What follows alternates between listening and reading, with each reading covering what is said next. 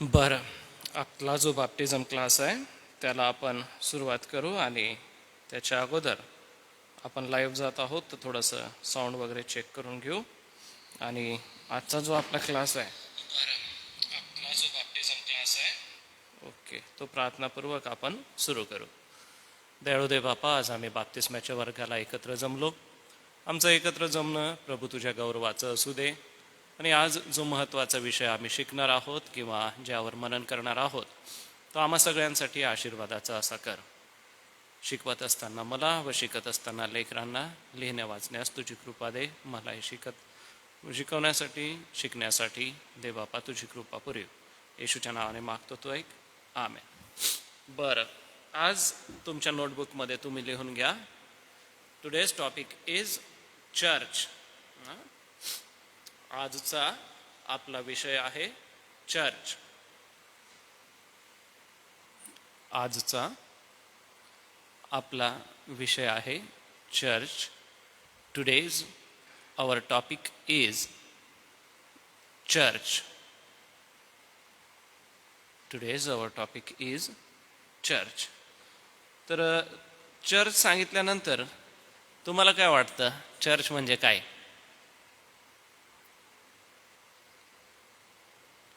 Church म्हणजे तुम्हाला काय वाटतं? मराठीमध्ये जर लिहत असेल तर चर्चच्या पुढे मंडळी असं लिहून घ्या. हा, मंडळी. मराठी मंडळी. मंडळी. तुम्ही वेगवेगळ्या बिल्डिंग्स बघितल्या असेल. बिल्डिंग्स कशा असतात? बिल्डिंग्स बघून आपल्याला समजतं ना ही बिल्डिंग कशाची आहे. फायर फायटरची बिल्डिंग कशी तुम्ही बघितली ना, इकडून कोरीट नाक्यावरून आपण जातो तिथं मग ते बाहेर ते गाड्या उभ्या असतात पाणीवाल्या सगळ्या, रेड कलरच्या, ते फायर फायटरचं आहे. त्याच्यानंतर जर तुम्ही त्याच्यानंतर थोडंसं पुढे गेले तर मंदिर दिसतं. त्याच्यावरती झेंडा असतो, भोंगा लावलेला असतो. मॉर्निंगला इव्हनिंगला तिथं गाणे चालतात. त्याच्यावरून तुम्हाला काय समजतं हे कसलं मंदिर आहे? अमुक अमुक दैवताचं मंदिर आहे. थोडंसं ग्रीन कलरची बिल्डिंग असली किंवा मनोरे असतात, त्याच्यावरती भोंगा लावलेला असतो, तिथं अजान वगैरे होते, ते ऐकल्यावरती आपल्याला काय समजतं? इथं मस्जिद आहे. मग चर्च आहे हे कशावरून समजतं? क्रॉस असतो नाही का. बिल्डिंग असतील, क्रॉस असतो. फॉर एक्झाम्पल, या रोडनी तुम्ही जाल आणि रोडनी जाता जाता खूप सारे लोक जे बिलीवर नाही आहे, ख्रिश्चन नाही आहे, ते काय करतात? इकडे चर्चकडे बघतात, बिल्डिंग बघतात, पाया पण पडतात नाही का. बघितलं का तुम्ही? किंवा मग बघतात आणि असं करतात का? कारण त्यांना ती जी इमारत दिसते ना, म्हणजे बिल्डिंगचं जे स्ट्रक्चर आहे, ते बिल्डिंगचं स्ट्रक्चर बघून त्यांना काय समजतं? हे चर्च आहे. म्हणजे पहिली गोष्ट, चर्च कसं लक्षात येतं? दिसतं म्हणून लक्षात येतं नाही का. बिल्डिंग दिसते म्हणून असं लक्षात येतं की हे चर्च आहे. आता स्कूलचा पण एक फॉर्मॅट असतो नाही का. स्कूलचे क्लासेस असतात, त्याच्यामध्ये बेंचेस असतात, टीचर असतात, स्टुडंट असतात, आणि मग वेगवेगळ्या ॲक्टिव्हिटीजसाठी स्कूलमध्ये वेगवेगळ्या गोष्टी असतात. त्याच्यावरून काय लक्षात येतं की हे स्कूल आहे. बघा, प्रत्येक बिल्डिंगचं एक आयडेंटिटी असते, एक ओळख असते. तसं चर्चची ओळख काय आहे? ही इमारत आणि त्याच्यावरती असलेला क्रॉस. पण पुष्कळसे चर्चेस असे असतात की ज्यांना घर असतं किंवा एक हॉल असतो, पण तरी पण बाहेर एक क्रॉस, एक चित्र लावतात किंवा लोकांना समजायला पाहिजे की इथं चर्च आहे म्हणून ते तसं करतात. पण बायबलमध्ये आम्हाला असं दिसतं का की एखादी अशी इमारत आहे त्याला चर्च म्हणायचं? तर ओल्ड टेस्टामेंटमध्ये ना, देवबापाने काय केलं? ते इस्रायली लोक 40 वर्ष 40 इयर्स जंगलमध्ये होते आणि त्या जंगलातून जात असताना देवबापाने त्यांना एक मंडप दिला. त्याला आपण असं म्हणूया की पेंडॉल दिला. आणि त्या पेंडॉल, जसं लग्नाचा मंडप असतो नाही का, तशा मंडपाच्या आतमध्ये एक स्क्वेअर त्यांनी बनवला होता. आणि त्या स्क्वेअरमध्ये देवबापाचं वास्तव्य राहायचं आणि लोक जाऊन तिथं वर्शिप करायचे. परंतु मग पुढे शलोमोन राजाने देवाचं मंदिर बांधलं आणि जेरुसलेममध्ये आता पण ते शलोमोनाचं मंदिर आणि विविध गोष्टी आज पण, म्हणजे आता पडून गेलं पण दिसतात.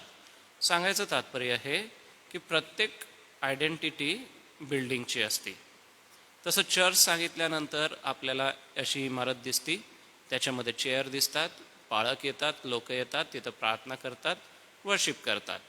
दुसरी गोष्ट, चर्चमध्ये आपण काय काय करतो? गाणे गातो, प्रॅक्टिस करतो, बायबल वाचतो, लेक्चर ऐकतो. हां, कोणी लेक्चर देतं, लेक्चर ऐकतो. कधी कधी संडे स्कूलचे लेकरं डान्स पण करतात, नाही का? मग चर्चमध्ये कधी कधी वचनं पण बोलून दाखवतात छोटे मुलं.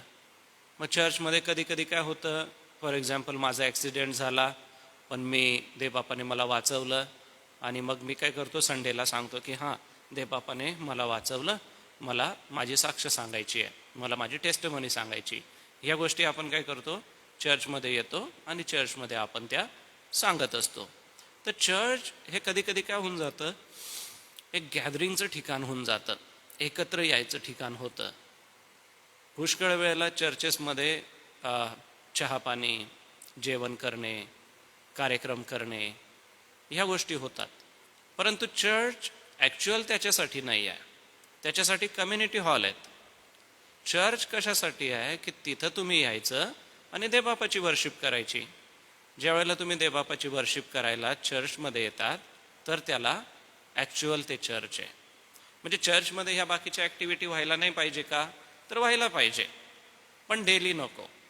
डेली चर्चमध्ये काय व्हायला पाहिजे? बायबल रीडिंग, प्रेयर आणि सरमन किंवा पाळक लोक जे सांगतात ते आपण ऐकायचं.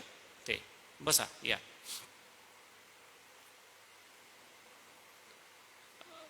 पुढच्या ह्याच्यावर बसा, तो तुटून जाईल, वाकलेला आहे. थोडंसं पुढे या. हां, बरं. आजचा आपला टॉपिक आहे चर्च. हां, today's our topic is church. लिहून घ्या. Today's our topic is church. आजची डेट टाका. Today's our topic is church. मी तुम्हाला व्हॉट्सॲप केलेलं सगळ्यांना मिळालं का? मिळाल्या ना नोट्स?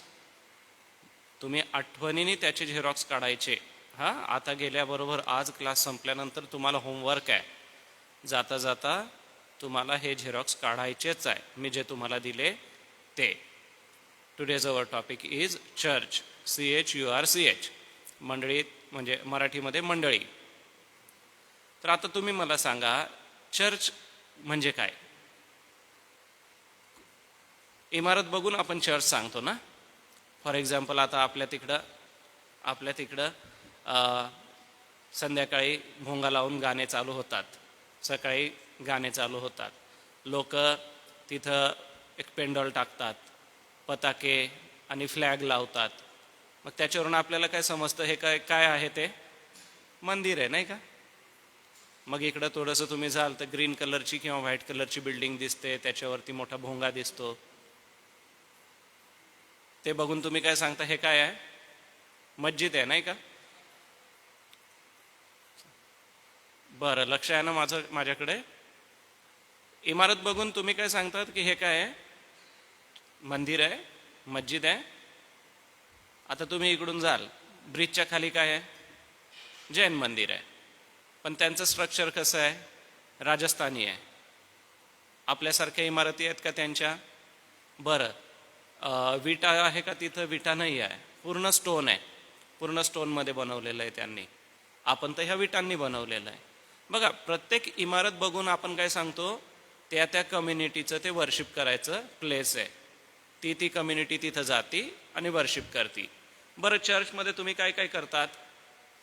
गाणे गातात, बरोबर? चर्चमध्ये बायबल रीड करतात, चर्चमध्ये प्रेयर पण करतात, मग चर्चमध्ये टेस्टिमनी पण देतात, चर्चमध्ये ॲक्टिव्हिटीज होतात ना, छोटे मुलं डान्स पण करतात ना, छोटे मुलं गाणं पण गातात ना. मग ह्या सगळ्या ज्या गोष्टी होतात त्या चर्चमध्ये होतात. पण मग तुम्ही या रस्त्यावरून जाल आणि रस्त्यावरून जाताना पुष्कळ असे जे लोक आहे, जे बिलिव्हर नाही आहे, ख्रिश्चन नाही आहे, ते लोक काय करतात? आपल्या इमारतीकडे बघून पाया पडतात ना. बघितलं का तुम्ही? पुष्कळ लोक इथं समोर येतात बिल्डिंगकडं आणि इथं येतात, मग उघडायला लावतात, आतमध्ये आले का बसतात, पाया पडतात आणि निघून जातात. सांगायचं तात्पर्य काय आहे की लोक रिस्पेक्ट कोणाचं करत आहे? बिल्डिंगचा. जर ही बिल्डिंग इथं नसती तर आपण आले असते का इथं? आपण एखाद्या स्कूलच्या हॉलमध्ये बसले असते ना. Pranjal, today's our topic is church. हां, आज आपण चर्च किंवा मंडळी हा सब्जेक्ट शिकत आहे. आणि चर्च म्हणजे आपल्याला बिल्डिंग बघितल्यावर लक्षात येतं ना की हे चर्च आहे. फॉर एक्झाम्पल, मोठा भोंगा असला, त्याच्यावरती उर्दूमध्ये काहीतरी बोलत असले, अजान असती सकाळ संध्याकाळ, तर आपण काय म्हणतो? हे मस्जिद आहे. ग्रीन कलर असेल, व्हाईट कलर असेल, आपल्याला ते लक्षात येतं. किंवा एखादा फ्लॅग आहे, त्याच्यासमोर पेंडॉल टाकला आहे, लोक सगळे तिथं जमत आहे, तर आपण ते मंदिर सांगतो. तसं चर्च बघितल्यानंतर इमारत आणि त्याच्यावरती क्रॉस असतो, तो बघून आपण सांगतो की हे चर्च आहे. चर्चमध्ये आपण बायबल रीड करतो, प्रार्थना करतो, वचन वाचतो, त्याच्यावरून आपण सांगतो की हे चर्च आहे. पण चर्चमध्ये फक्त एवढंच नाही आहे. तर चर्चमध्ये प्रेयर करायची, बसायचं, देवबापाच्या गोष्टी ऐकायच्या, या आहेत. बरं, चर्चचं स्पेलिंग काय आहे? CHURCH. आता थोडंसं याला अलग अलग करा बरं. CH थोडा स्पेस द्या, मग UR थोडा अजून स्पेस द्या, आणि पुढं पुढं काय आहे? CH आहे. मग CHUR म्हणजे कोण? तुम्ही ना. तुम्ही किंवा तुमचे. आपण एखाद्याला इंग्लिशमध्ये तुझा किंवा तुझं युअर्स म्हणतो ना. युअर्स पेन, युअर्स नोटबुक, हां, युअर्स मोबाईल, म्हणजे तुझा मोबाईल आहे ना. मग चर्च म्हणजे फक्त बिल्डिंग नाही. चर्च म्हणजे तुम्ही स्वतः आहे. जीजसने काय सांगितलं की जेथे दोघे किंवा तिघे एकत्र आहे त्याच्यामध्ये मी तुमच्यामध्ये उपस्थित आहे. आणि सेंट पॉल, जर तुम्ही 1 कोरिंथियन्स आणि इफिसचं पुस्तक वाचाल, त्याच्यामध्ये असं म्हटलेलं आहे की तुमचं शरीर तुमच्यामध्ये वसणारं देवाचं मंदिर आहे. म्हणजे चर्च म्हणजे फक्त इमारत म्हणून चर्च समजू नका. तर चर्च म्हणजे काय आहे? तुम्ही आणि मी आहे. जिथं पूर्ण कम्युनिटी एकत्र येते त्यावेळेला चर्च सांगितलं जातं. फॉर एक्झाम्पल, आपल्या चर्चमध्ये आता 300+ फॅमिलीज आहे आणि 932 लोक आहे, म्हणजे छोटे मोठे असे सगळे धरून. आता हे 900+ जे लोक आहे ते ज्या वेळेला ग्राउंडमध्ये एकत्र येतात, ख्रिसमस प्रोग्रामला एकत्र येतात, त्यावेळेला आपण त्यांना चर्चच सांगतो. आपण त्यांना फॅमिलीच सांगत नाही. का सांगत नाही? कारण की इमारत फक्त दिसते म्हणून आपण चर्च सांगतो. पण देव ज्या वेळेला बघतो त्यावेळेला इमारत नाही बघत. देव काय बघतो? तुम्ही आणि मी बसले का ते बघतो ना. आता इतकं मोठं चर्च बांधलंय आणि या चर्चमध्ये जर लोक प्रार्थनेला नाही आले तर हे कसं वाटेल तुम्हाला? आपल्याला एक बिल्डिंग वाटेल ना ती नुसती. पण इथं गच्च एकदम गर्दी झाली, लोक बसायला लागले, तर आपण काय सांगू? हे चर्च आहे, इथं खूप लोक येतात. मग पहिलं कन्सेप्ट डोक्यामध्ये हा ठेवा, लोकांना दिसतं म्हणून आपण इमारत बांधली, किंवा आपली सोय होती म्हणून आपण इमारत बांधली. पण देव काय म्हणतो की तुमच्यामध्ये देवाचा आत्मा बसतो आणि तुम्ही चर्च आहे. म्हणजे चर्च काय आहे? तुम्ही आणि मी, आपण चर्च आहे. तर आता तुमच्या नोटबुकमध्ये लिहा, what is the church. Church काय आहे? व्हॉट इज द चर्च म्हणजे मंडळी म्हणजे काय? त्याचा आन्सर लिहा. The church means a gathering people. The church means a gathering people who are called by. The church means a gathering people who are called by God from the world, God from the world for himself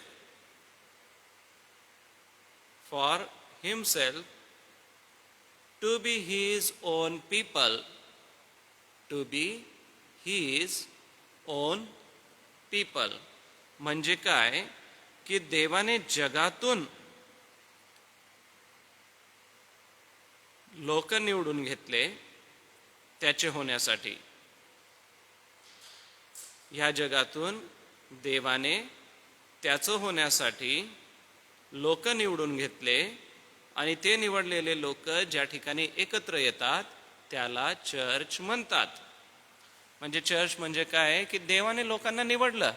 आज मला तुम्ही सांगा, आपल्या चर्चमध्ये किती youth आहेत? खूप आहेत, नाही का? पण त्याच्यापैकी गेल्या 9 आठवड्यापासून, गेल्या 9 वीक्सपासून तुम्हीच इथं येते का? कारण तुम्ही चोजन आहे किंवा तुम्ही या इयरमध्ये बॅप्टिझमसाठी निवडलेले आहे म्हणून तुम्ही येते, नाही का? तसं या वर्ल्डमध्ये खूप सारे लोक आहे. पण मग आपलेच फॅमिलीज का चर्चमध्ये जातात? तर देवाने ह्या जगातून आपल्या फॅमिलीजला निवडलं, आपल्या फॅमिलीजला बोलवलं आणि आपल्या फॅमिलीजला बोलवलं म्हणून आपण आता काय असतो, या चर्चमध्ये एकत्र येतो आणि चर्चमध्ये आपण एकत्र बसत असतो. बरं, सगळे लोक एकत्र येतात, एकत्र या ठिकाणी बसतात कारण की का? देवाने या जगातून तुम्हाला वेगळं केलेलं आहे, ह्या जगातून तुम्हाला निवडलेलं आहे. मग आता आपल्याला निवडलेलं आहे तर आपण कशाला येतो चर्चमध्ये? काही कारणं असतील. छोट्या लेकरांना विचारलं ते कशाला जातात चर्चमध्ये? संडे स्कूल आहे, नाही का? ज्यांच्या घरात लहान लेकरं आहे त्यांना विचारा, तू कशाला चर्चमध्ये जातो? तर ते म्हणतात संडे स्कूल आहे. तसं मोठ्या लोकांना विचारलं तुम्ही कशाला जातात चर्चमध्ये? तर ते काय म्हणतात? आज चर्च आहे, देवबापाचं वचन ऐकायला आपण जातो. तुमचंही एखादं सॉन्ग असेल, गाणं असेल तर तुम्ही काय म्हणता? आज आमचं गाणं आहे म्हणून आम्ही चर्चला जात आहे. तर चर्चचं जे एक्झिस्ट आहे किंवा चर्च अस्तित्व कशाला आहे, चर्च कशाला भरवलं जातं, तर त्याचं खरं कारण म्हणजे आराधना करण्यासाठी. तर आता सेकंड क्वेश्चन लिहून घ्या. Why does it exist? म्हणजे चर्च कशाला अस्तित्वात आहे, कशाला बिल्ड केलं church? Why does it exist? त्याचं आन्सर आहे the church exist to glorify God. Simple आहे ना? The church exist to glorify God, worship and serve him alone. Worship and serve him alone. आता बघा, चर्चमध्ये लिहून घ्या, पुन्हा एकदा सांगतो. The church exist to glorify God, worship and serve him alone. म्हणजे देवासाठी सर्व करायला, देवाची उपासना करायला. आता मला तुम्ही सांगा की आपलं पहिलं कर्तव्य काय? की देवाला मान देणं, देवाला सन्मान देणं. Glorify to God. ग्लोरीफाय म्हणजे काय करणं? देवाला मान देणं, देवाला सन्मान देणं. मग चर्चमध्ये आल्यानंतर आपण देवाला मान देतो का? बरं, देवाला मान देण्यासाठी आपण काय करायला पाहिजे? तुम्हाला काय वाटतं? सांगा. काय असं चुकीचं सांगितलं तरी काय हरकत नाही. देवाला मान देण्यासाठी आपण काय करायला पाहिजे? जाऊ द्या, आपण चप्पल घालून का नाही चर्चमध्ये? घालायला पाहिजे ना? आणि घातले तर काय होईल? तुम्हाला काय वाटेल तुम्ही चप्पल घालून चर्चमध्ये आले तर? डिसरिस्पेक्ट वाटेल ना देवबापाचा, की अरे मी डिसरिस्पेक्ट करत आहे. शूज घालून चर्चमध्ये आलो तर आपल्याला काय वाटतं की अरे गॉड तर होली आहे, इतका पवित्र आहे आणि मी माझे शूज घालून कशाला इकडं आलो? म्हणून आपण शूज बाहेर रिमूव्ह करतो. का? Why? Because of we are glorifying the lord. हे एक कारण झालं. दुसरी गोष्ट, आपण चर्चमध्ये येताना कसे पण कपडे घालून येतो का? नाही, व्यवस्थित येतो ना? आणि कसे पण कपडे घालून आलो तर लोक काय बोलतील ते महत्वाचं नाही. आपल्याला आवडेल का? नाही आवडणार ना? आता समजा मी बरमुडा घालून आलो आणि इथं बसून तुम्हाला शिकवायला लागलो तर तुम्ही काय सांगाल की अरे हे असं कशाला आले, नाही का? एक तुम्ही बोलणार नाही पण तुमच्या मनात तर ते येईल ना. म्हणून तुम्ही बघितलं का की मोस्ट ऑफ द टाइम आपण कोट घालतो, आम्ही पांढरा जगा घालतो. तुम्ही बघितलं का ते व्हाईट कलरचा पूर्ण. बरं त्याच्यामध्ये बॉडी दिसते का? नाही दिसत, फक्त व्हाईट कलरचं. त्याला कारण असं आहे, ओल्ड टेस्टामेंटमध्ये देवबापाने असं सांगितलेलं आहे की ज्या वेळेला तू मंदिरात जाशील त्यावेळेला तुझी नग्नता दिसू नये. मीन्स तुझं जे शरीर आहे ते दिसायला नाही पाहिजे. इतका गॉड होली आहे, इतका देव पवित्र आहे. म्हणूनच आपण चर्चमध्ये डिसेंट आणि व्यवस्थित कपडे घालून येतो. म्हणून कधी कधी काही लोक काही स्लीवलेस कपडे म्हणा किंवा ओपन नेक किंवा शॉर्ट ड्रेस असे घालून येतात. त्यावेळेला आम्ही बोलतो. का बोलतो? Because we can not disrespect our Lord. आपल्या देवाला, पवित्र देवाला, शुद्ध देवाला आमचं शुद्ध जीवन आवडतं. म्हणून आपण चर्चमध्ये एकदम व्यवस्थित कपडे घालून येतो. आता बॅप्टिझम झाल्यानंतर तुम्हाला व्हाईट कलरचा ड्रेस आम्ही घालायला लावणार आहे. त्याच्या मागे मिनिंग काय आहे? एकच मिनिंग आहे की तुम्ही you have to glorify God. देवाला ग्लोरिफाय करायचं आहे तुम्हाला इथं आल्यानंतर.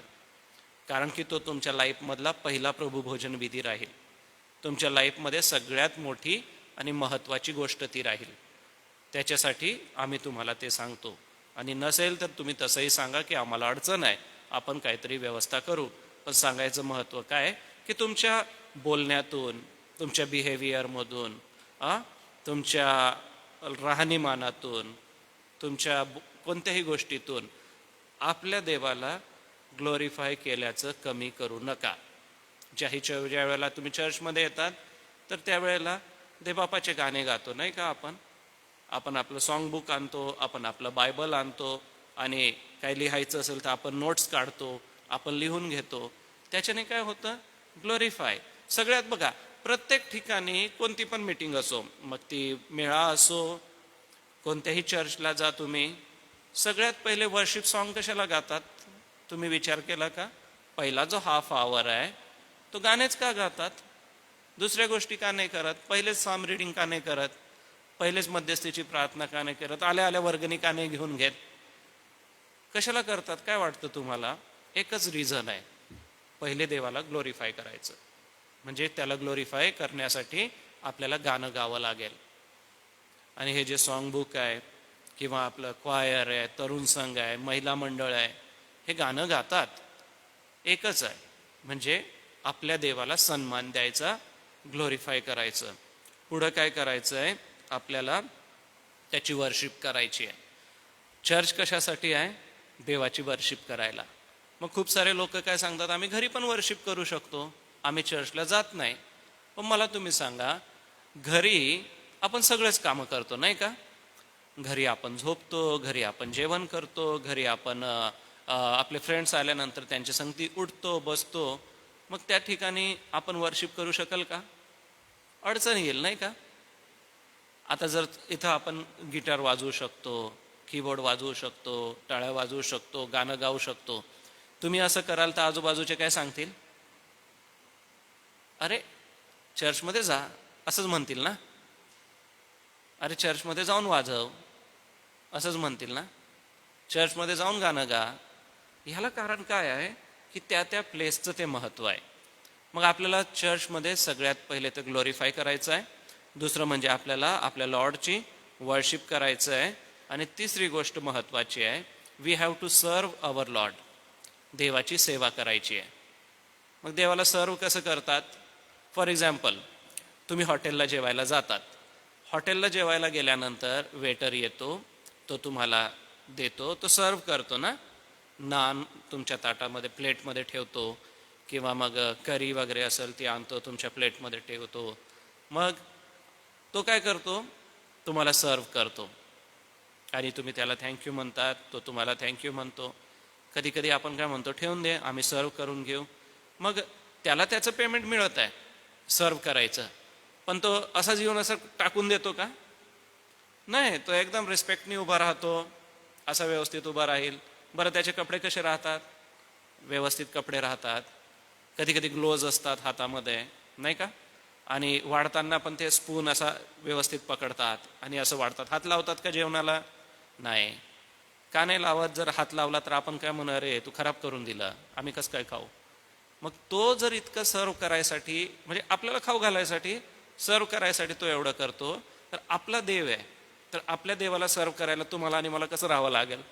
डिसेंट राहावं लागेल, स्वच्छ राहावं लागेल, व्यवस्थित राहावं लागेल. म्हणून व्यवस्थित कपडे घालायचे चर्चला येताना, चांगले गाणे गायचे चर्चला आल्यानंतर, चांगलं बायबल आपलं पाहिजे, चर्चमध्ये आल्यानंतर बायबल रीड करायचं आपल्याला. बघा, चर्चमध्ये या गोष्टी होतात. तुम्ही घरी कितीही केलं तरी त्याला अर्थ नाही. एखाद्या कम्युनिटी हॉलमध्ये आपण बसलो तरी पण त्याला अर्थ नाही. खरा अर्थ कुठं आहे? चर्चमध्ये जाय. बरं, देवाला सर्व करायचं म्हणजे काय करायचं? गाणं गायचं, वचन वाचायचं, प्रार्थना करायची. पण कधी कधी चर्चमध्ये सर्व करत असताना तुम्हाला बेंचेस उचलावे लागेल, खुर्च्या उचलाव्या लागतील. कधी कधी आम्ही सांगू हे माईक स्टँड लावून दे, कधी कधी सांगू आम्ही ऑनलाईन मोबाईल लावून दे, कधी कधी सांगू की अरे ती माझी बॅग राहिली जरा देतो का, मग ते आपल्याला उचलून द्यावी लागेल. किंवा कधी कधी कोणी लोक येतात, अरा पुष्कळशांना वयस्कर लोक आहेत, त्यांना चालता येत नाही, मग तुम्ही कधी कधी त्यांना हात धरायचा, हात धरून त्यांच्या प्लेसवरती त्यांना बसवायचं. मग ह्याच्याने काय झालं? हे पण एक सर्व करायचं प्रतीक आहे. किंवा ह्याच्याद्वारे पण तुम्ही सर्व करू शकतात, मदत करू शकतात, आणि ह्याच्याद्वारे पण आपल्याला देवाचं कार्य करता येतं. म्हणून आपल्याला या गोष्टी आहेत. बरं, चर्चमध्ये ज्या वेळेला येतात त्यावेळेला आपल्याला काहीतरी चर्चमध्ये आल्यानंतर ना आपल्याला एक जबाबदारी राहते. फॉर एक्झाम्पल, तुम्ही क्रिकेट खेळत आहे, तुम्ही बॅटिंगला गेले तर तुमची जबाबदारी काय काय आहे? रन काढायची, नाही का? किंवा तुम्ही स्कूलमध्ये गेले तर तुमची जबाबदारी काय आहे? आन्सर शीट लिहायची, अभ्यास करायचा. तसं चर्चमध्ये आल्यानंतर तुमची पण जबाबदारी आहे, प्रत्येकाची एक ड्युटी आहे. ती ड्युटी काय आहे? एक थर्ड क्वेश्चन लिहून घ्या. द प्रायमरी ड्युटीज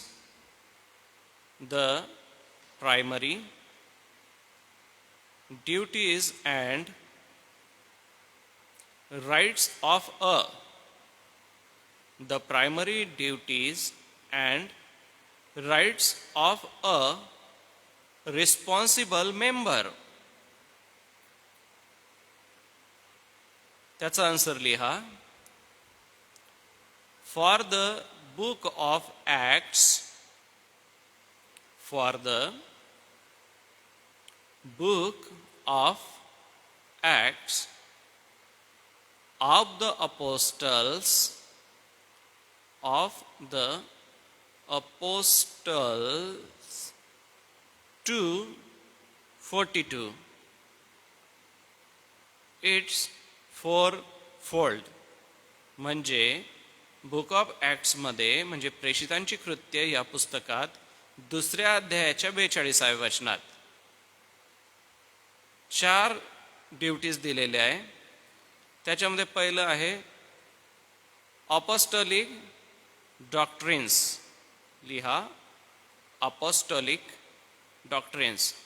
APOSTOLICDOCTRINES म्हणजे अपॉस्टोलिक डॉक्ट्रिन्स.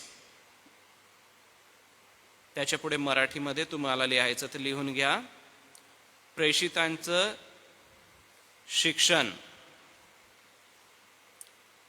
प्रेषितांचं शिक्षण. दुसरी आहे फेलोशिप, FELLOWSHIP. फेलोशिप म्हणजे सहभागिता. FELLOWSHIP, फेलोशिप म्हणजे सहभागिता.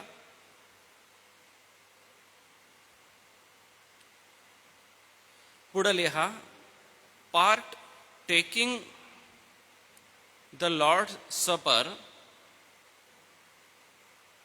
पार्ट टेकिंग द लॉर्ड सपर म्हणजे प्रभुभोजन विधी. मराठीत लिहायचं तर प्रभुभोजन विधी.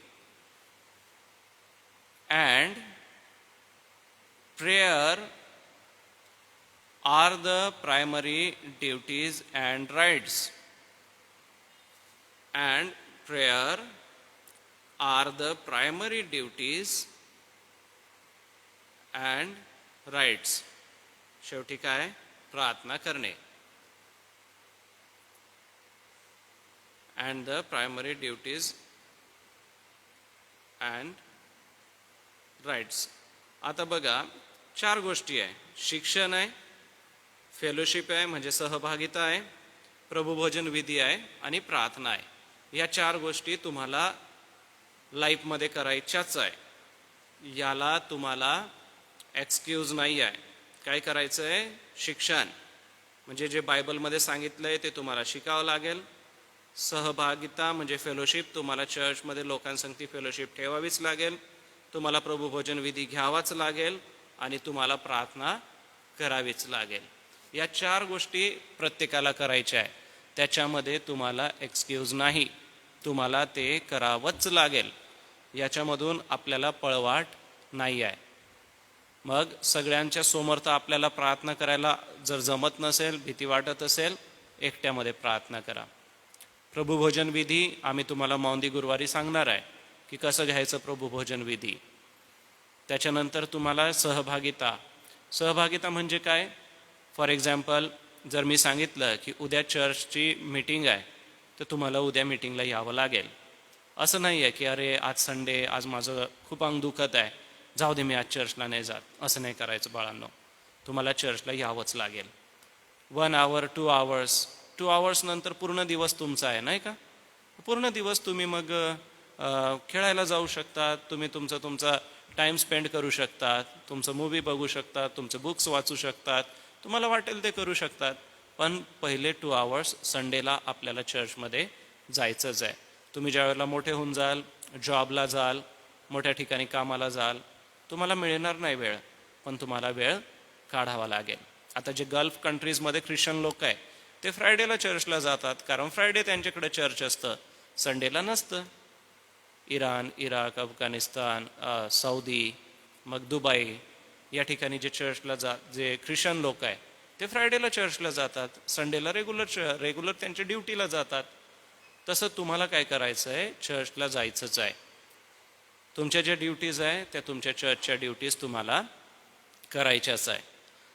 आतापर्यंत मी तुम्हाला चर्चच्या या सगळ्या गोष्टी सांगितल्या. आता सगळ्यांना नोट्स मिळालेल्या आहे ना? नसेल मिळाल्या तर मला सांगा. टोनी, आहे तुझ्याकडे नोट्स? हां, तर तुम्हाला एक रिव्हिजन करायचं आहे आजपासून. आता आज काय 15 मार्च आहे ना? आता नेक्स्ट आपला जो क्लास आहे तो 22 मार्चला होईल. हां, 22 मार्चला होईल. त्याच्यानंतर 29ला आपण परत भेटू.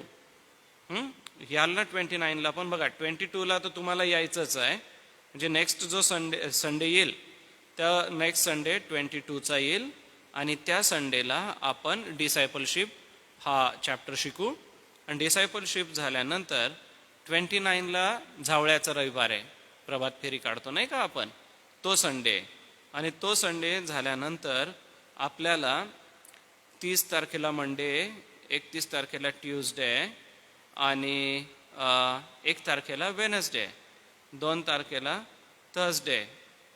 तर 2 तारखेचा जो थर्सडे आहे त्या दिवशी तुम्हाला प्रभुभोजन विधी दिला जाईल. तर तुमच्या नोटबुकमध्ये लिहून घ्या, 2 एप्रिलला तुम्हाला बाप्तिस्मा दिला जाईल. याच्यामध्ये तुम्ही असं पण लिहू शकता बाळांनो, 30 मार्च, 31 मार्च,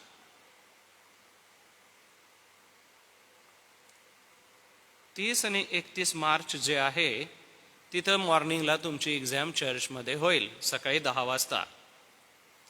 तर ह्याच्यामध्ये काय होईल बघा, 30 आणि 31 मार्च चर्चमध्ये तुमची एक्झाम होईल. तर या एक्झाममध्ये काय होईल तर बघा, मी तुम्हाला जे नोट्स दिलेले आहे त्याच्यामध्ये क्वेश्चन आन्सरचा एक पार्ट आहे, बघितला का तुम्ही?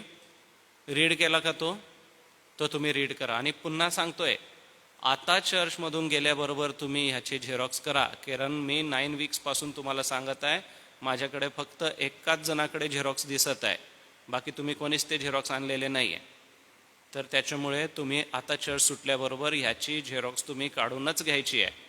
हां, तर त्याच्यामध्ये क्वेश्चन आणि आन्सर आहे, त्याची प्रॅक्टिस आजपासूनच करा. याच्या बाहेरचं काहीच येणार नाही. हां, याच्यामध्ये जे सांगितलेलं आहे तेच येईल, ह्याच्या बाहेरचं काहीच येणार नाही. म्हणजे for example, what is the church? नोटमध्ये बघा तुमच्या, the church means a gathering people who are called by God from his word. नाही का? ह्याच्यावरून तुम्हाला काय लक्षात येईल? क्वेश्चन आणि आन्सर काय आहे हे लक्षात येईल. मग मी तुम्हाला फक्त क्वेश्चन देईल, आन्सर तुम्हाला लिहायचं आहे. आणि हे 30-31 कशाला सांगितलं? 10 क्वेश्चन्स आहेत, 10 चॅप्टर्स आहेत, आणि ते क्वेश्चन्समधलं तुम्हाला आलं नाही तर सोडून द्या, दुसऱ्या दिवशी तुम्ही याल. फॉर एक्झाम्पल, आता हे 10 सब्जेक्ट मी शिकवले तुम्हाला, आणि ह्या 10 सब्जेक्टमधलं तुम्हाला 8 सब्जेक्टपर्यंत आलं. 9 आणि 10 सब्जेक्टचं तुम्हाला काय समजलंच नाही, तुम्ही काय लिहिलंच नाही. तर मग दुसऱ्या दिवशी मॉर्निंगला यायचं चर्चमध्ये आणि फक्त ते 2च लिहायचे, अगोदरचे 8 लिहायची गरज नाही. हां, राहील लक्षात तुम्हाला? तुम्ही काहीच करायचं नाही, घरी जायचं आणि ह्याचीच प्रॅक्टिस करायची. बाकी कोणतीच गोष्ट तुम्ही विचार करू नका, कोण काय सांगितलं, कोण तुम्हाला काय सांगतं त्याचा विचार करू नका. जी तुम्हाला मी नोट्स दिलेली आहे तिचं रीड करा. क्वेश्चन आन्सर आहे, मराठीत पण दिलेली आहे, इंग्लिशमध्ये पण दिलेली आहे, ती तुम्हाला लिहायची आहे. दुसरी गोष्ट बघा, 30-31ला तुमचं एक्झाम इथं होईल. दुसरी गोष्ट, 30 तारखेला सकाळी 10 वाजता तुमच्या पॅरेंट्सला तुम्हाला संगती आणायचं आहे. जे ऑनलाईन आहे त्यांना पण माझी सूचना आहे की तुम्हाला स्वतःला 30 तारखेला 31 तारखेला चर्चमध्ये यायचं आहे, आणि तुमचे पॅरेंट्स पण संगती पाहिजे. दोघांपैकी एक पाहिजे किंवा दोघं पण पाहिजे. ते ह्याच्यासाठी की इथं येऊन त्यांनी काय करायचं आहे, तुम्ही तुमच्यासमोर ते बोलतील किंवा लिहितील. त्याला मी असं सांगतोय, आता उघडपणे सांगतो, पुष्कळ वेळेला काय होतं की मुलं येतात, आन्सर लिहितात, ते कधी कधी चुकीचं लिहितात. मग आम्ही ते करेक्ट करतो आणि सांगतो की बाळा उद्या ये आणि उद्या परत लिही. मग पॅरेंट्सला असं वाटतं की माझ्या मुलाने तर बरोबर लिहिलं होतं, पाळकसाहेबांनी कशाला हे चुकीचं दिलं. तर तसं व्हायला नको, म्हणून आपण पॅरेंट्सच्या समोरच लेकरांची लेखी परीक्षा घेतो. प्लस हे लिहून झाल्यानंतर प्रभूने शिकवलेली प्रार्थना आणि प्रेषितांचा मतांगीकार मागच्या संडेला मी ग्रुपला टाकलंय, वाचलं का तुम्ही? आता त्याची पण PDF झेरॉक्स काढून घ्या. म्हणजे ह्या नोट्स आणि प्रभूची प्रार्थना आणि प्रेषितांचं मतांगीकार. बरं, कोण कोण इंग्लिशमध्ये पाठ करणार आहे? जर इंग्लिशमध्ये पाठ करणार असेल तर मी तुम्हाला इंग्लिश पण देतो. हां, इंग्लिश नाही दिलंय मी, आता टाकतो तुम्हाला, हां देतो ते. आणि ज्यांना मराठी कम्फर्टेबल असेल त्यांनी मराठीमध्ये करा, काही हरकत नाही. हां, ह्या 2 गोष्टी क्लिअर झाल्या. त्याच्यानंतर 2 तारखेचं सकाळी 10 वाजता, म्हणजेच गुरुवारी सकाळी 10 वाजता आपण शहारोनला जाऊ. शहारोन बघितलंय ना? शहारोन कुठं आहे? सिमरन, तू पाहिलंय शहारोन कॅम्पस? मग तू असं कर, पप्पाला सांग, पप्पा मम्मी सगळे तुझे घरचे येतील तिथं शहारोन कॅम्पसला. हां, आणि तू पण पाहिलंय? हां, शहारोनला आपण जाऊ. बरं, हे जे तुमचे ड्रेस आहे हेच राहू द्यायचे, आणि तिथं गेल्यानंतर जे बंगल्याचा जो वरंडा आहे तिथं तुम्ही सगळे उभे राहाल. मग मी तुम्हाला प्रश्न विचाराल की येशू ख्रिस्ताच्या नावाने मी तुमचं बाप्तिस्मा करतो, किंवा तुम्ही तयार आहे का, जीजसला तुम्ही आपला सेवियर मानतात का? तर तुमचं यस असं आन्सर राहील. ते झाल्यानंतर आपण पाण्याच्या टाकीकडे जाऊ. पाण्याच्या टाकीकडे जाऊ आणि 1 बाय 1 तुमचं नाव रीड केलं जाईल, आणि तुमचं नाव वाचल्यानंतर त्या पर्सननी पाण्यामध्ये यायचं आहे. मग मी राहील आणि सिनियर पाळक लोक राहतील.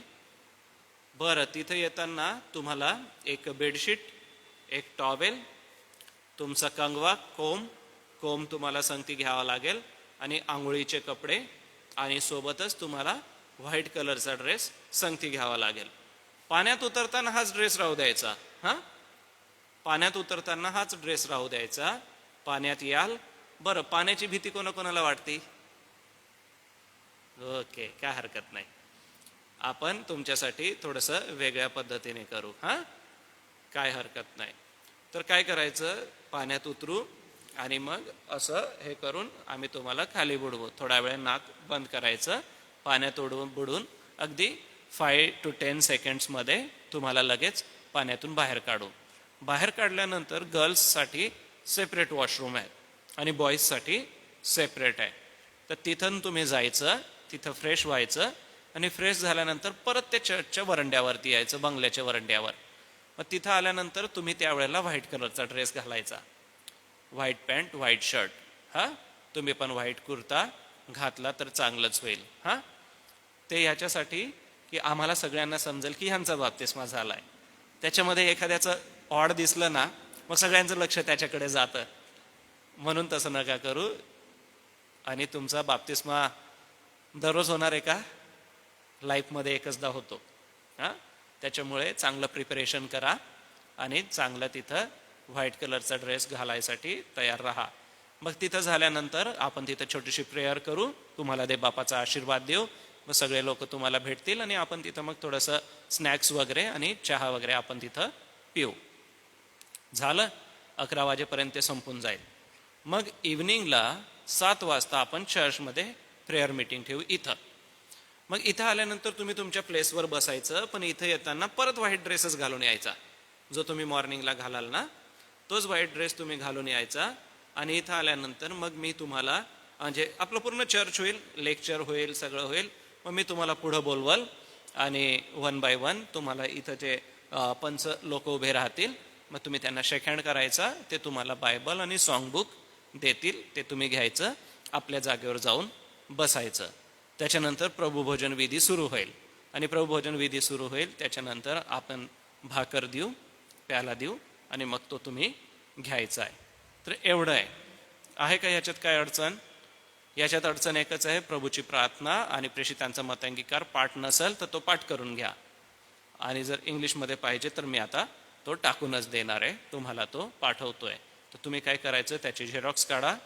सगळ्यात महत्त्वाचं, मी पुन्हा रिपीट करतो, ज्या नोट्स मी तुम्हाला दिलेल्या आहे त्या तुम्ही झेरॉक्स काढा. क्वेश्चन आन्सर आपल्या नोटबुकमध्ये लिहा. हेच येईल, याच्या बाहेर काहीच येणार नाही. ह्याच्या व्यतिरिक्त कोणतीच गोष्ट आम्ही तुम्हाला विचारणार नाही. ह्याच्या पलीकडे कोणतीच गोष्ट तुम्हाला करायला लावणार नाही. आहे काही अडचण याच्यामध्ये? काय क्वेश्चन आन्सर असेल तर सांगा. जे ऑनलाईन बघत आहे त्यांना पण मी सांगतो की काही अडचण असेल तर कृपा करून तुम्ही मला फोन करा. हर्षदा पवार आणि सोबतच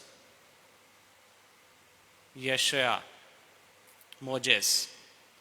तुम्ही ऑनलाईन आहात तर कृपा करून तुम्ही माझ्याशी संपर्क साधा, मला तुम्ही फोन करा आणि याबद्दल काय आहे ते आपण विचार करू, मननचिंतन करू. आणि तुम्हाला 30 तारखेला आणि 31 तारखेला चर्चमध्ये हजर राहावं लागेल आणि परीक्षा द्याव्या लागतील. ऑनलाईन जे अभ्यास करत आहे तुम्हाला पण जर काय मदत हवी असेल तर तुम्ही मला फोन करा, प्रार्थना करू आणि मग आपण आता थांबायचं ना?